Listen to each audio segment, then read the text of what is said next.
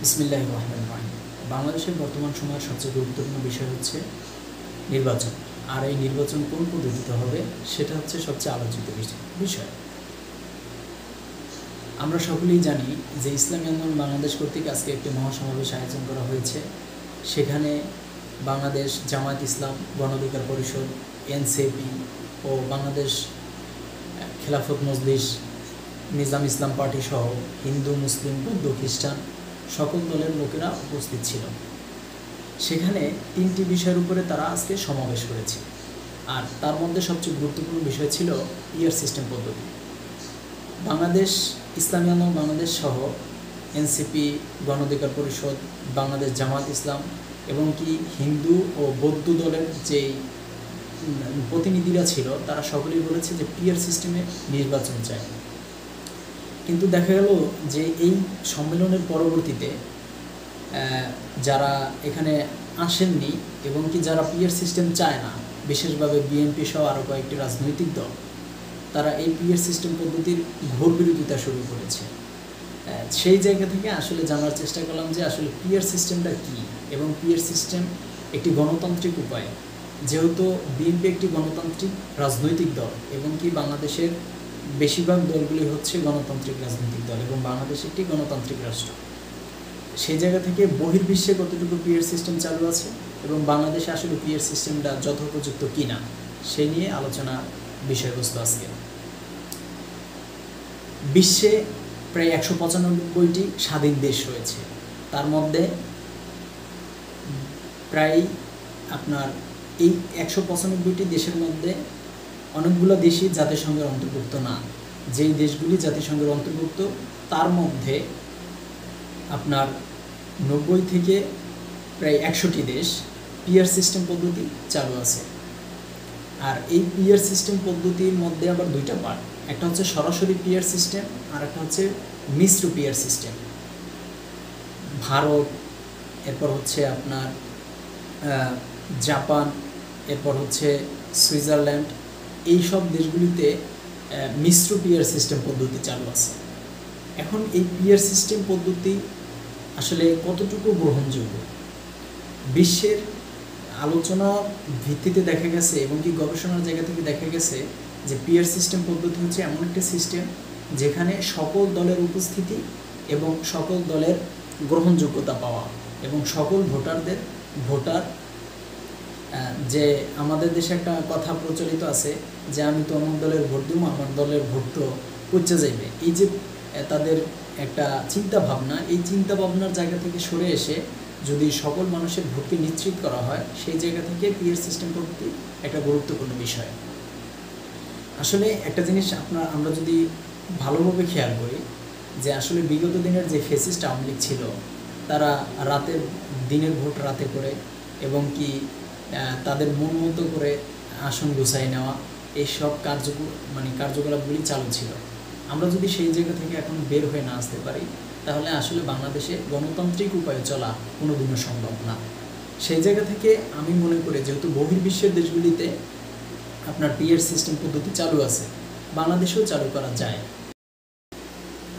আমরা যদি খেয়াল করি যে তুরস্কে কিন্তু কিছুদিন আগে নির্বাচন হয়েছিল, সেখানে কোনো দল এককভাবে 51% ভোট কালেক্ট করতে পারে নাই, যার পরিপ্রেক্ষিতে কিন্তু দ্বিতীয়বার মতো আবার নির্বাচন দিতে হয়েছিল।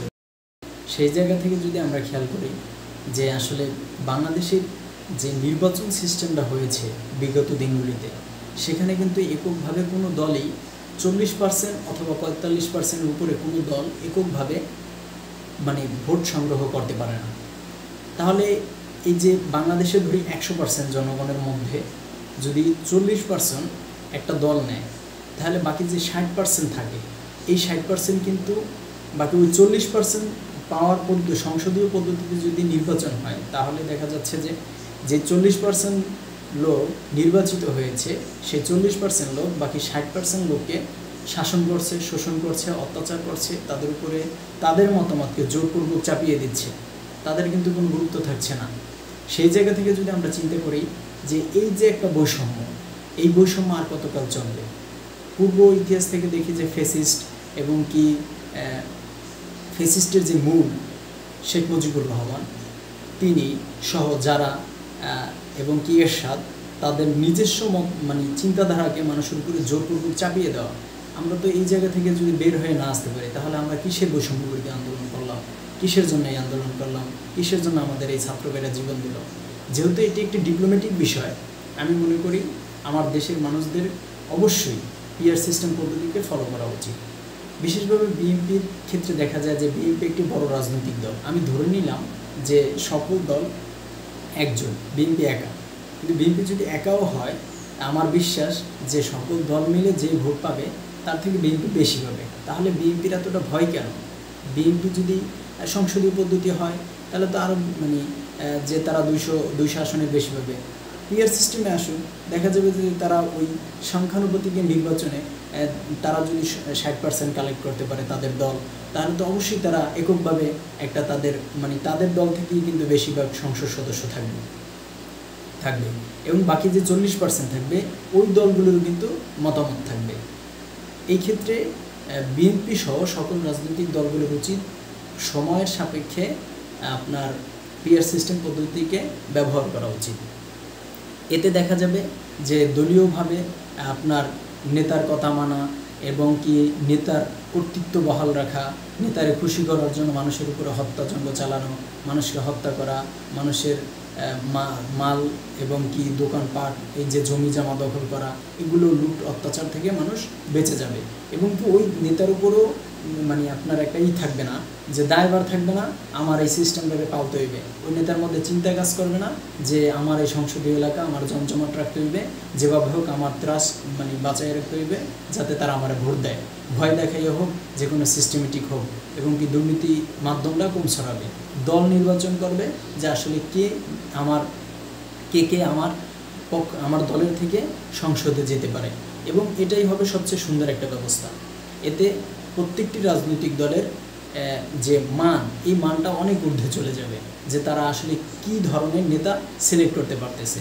ধরেন এইবার সামনের যে নির্বাচন আছে, এই নির্বাচনে বিএনপি মনে করলো যে আমি এইবার এরা দিছি, এরা যদি ভালো না করে পরবর্তী সময় এদেরকে দেব না, এবং এই নেতারা যদি আবার পরবর্তীতে আসে সেই ক্ষেত্রে তাদের যে দোষ ত্রুটিগুলি থাকবে তারা বর্জন করে আসবে।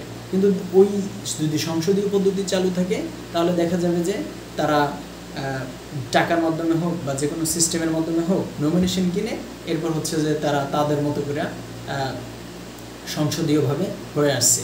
এতে কিন্তু আসলে মানুষের কোনো যে পরিবর্তন হওয়া দরকার সেটার কোনো পরিবর্তন হবে না, ভাগ্যের চাকার কোনো পরিবর্তন হবে না মানুষের। সেই জায়গা থেকে পিয়ার সিস্টেম পদ্ধতি খুবই গুরুত্বপূর্ণ, এবং বহির্বিশ্বের সাথে আমি মনে করি যেহেতু বাংলাদেশ একটি গণতান্ত্রিক দেশ, গণতান্ত্রিক উপায়ে বিশ্বের 90 থেকে 100টি রাষ্ট্রে মিশ্র এবং কি সরাসরি মানে সরাসরি পদ্ধতি পিয়ার সিস্টেম ব্যবহার করা হয়। সেই জায়গা থেকে বাংলাদেশের উচিত, যেহেতু বাংলাদেশ এখন একটি গ্লোরিয়াস কিছু ফিল করছে যে তারা নূতনত্ব কিছু দিতে চাচ্ছে বর্তমান প্রজন্ম, সেই জায়গা থেকে আমি মনে করি বাংলাদেশের সকল জায়গাগুলিতে একটি পরিবর্তন হওয়া যায়, এবং কি মানুষের প্রতি কোনো রকমের বৈষম্য না থাকুক, এটাই হচ্ছে বর্তমান বাংলাদেশের প্রত্যাশা।